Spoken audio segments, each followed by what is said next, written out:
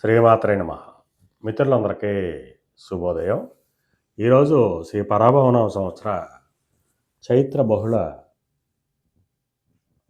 షష్ఠి బుధవారం. ఈరోజు మూలా నక్షత్రం. ఈరోజు దుర్ముహూర్తం ఉదయం 11:37 12:26 వరకు ఉంది. వర్జ్యం మధ్యాహ్నం 12:26 2:12 వరకు కూడా వర్జ్యం ఇవ్వడం జరిగింది. ఈరోజు ఏప్రిల్ 8, 2026 తేదీ బుధవారం. ఈరోజు పంచాంగరీత్యా ఈ రకమైనటువంటి ఫలితాలు గోచరిస్తున్నాయి. అలాగే ఈరోజు నక్షత్రం అయినటువంటి మూలా నక్షత్రం ఎవరికి తారాబలం కుదురుతుందో మనం పరిశీలించినట్టయితే భరణి, కృత్తిక, మృగశిర, పునరోసు, ఆశ్లేష, పొబ్బ, ఉత్తర, చిత్త, విశాఖ, జ్యేష్ఠ, పూర్వాషాఢ, ఉత్తరాషాఢ, ధనిష్ట, పూర్వభద్ర, రేవతి. ఈ నక్షత్రంలో జన్మించిన మన మిత్రులందరికీ కూడా ఈరోజు నక్షత్రం మూల అనుకూలంగా ఉంటుంది. అందువల్ల ఇప్పుడు చెప్పుకున్నటువంటి నక్షత్ర జాతకులందరికీ ఈరోజు శుభకరంగా ఉండే అవకాశం ఉంది. అలాగే ఈరోజు రాశి ఫలాలను మనం పరిశీలించినట్లయితే మేషరాశిలో జన్మించిన వాళ్ళకి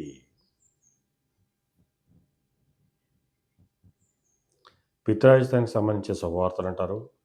వృషభ రాశిలో జన్మించిన వాళ్ళకి అనారోగ్య సూచన, ధనవ్యయం కలుగుతుంది.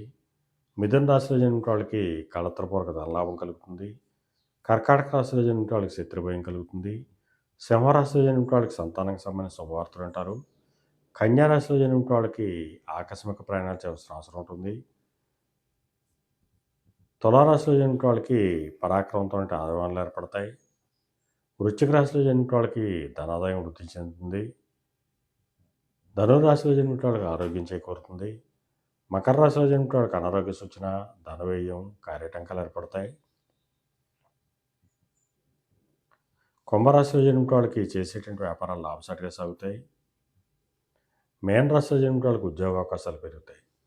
ఈరోజు ద్వాదశ రాశి యొక్క ఫలితాలు ఈ రకంగా తెలియడం జరిగింది. అలాగే ఈరోజు పాండిత్యంచే ధనార్జన చేసిన వాళ్ళకి అనగా పండితులకు కానీ, లాయర్లకు కానీ, లేఖర్లకు కానీ, ఆడిటర్లకు కానీ, విలేకరులకు కానీ ఈరోజు మిక్కిలి శుభదాయకంగానూ లాభదాయకంగా అవకాశం ఉంది. అలాగే సమస్త ఆయిల్ వ్యాపార రంగంలో ఉన్న వాళ్ళకి కానీ, పాతైన వ్యాపారం చేసిన వాళ్ళకి కానీ, బంగారు వర్తకులకు కానీ, బంగారు ఆభరణాలు తయారు చేసిన వాళ్ళకి కానీ, శానిటరీ వర్తకులకు కానీ, సిమెంట్ వర్తకులకు కానీ ఈరోజు మిక్కిలి శుభదాయకంగానూ లాభదాయకంగా అవకాశం ఉంది. ఈరోజు పంచాంగరీత్యా ఈ రకమైనటువంటి ఫలితాలు గోచరిస్తున్నాయి. అలాగే ఈరోజు బుధవారం.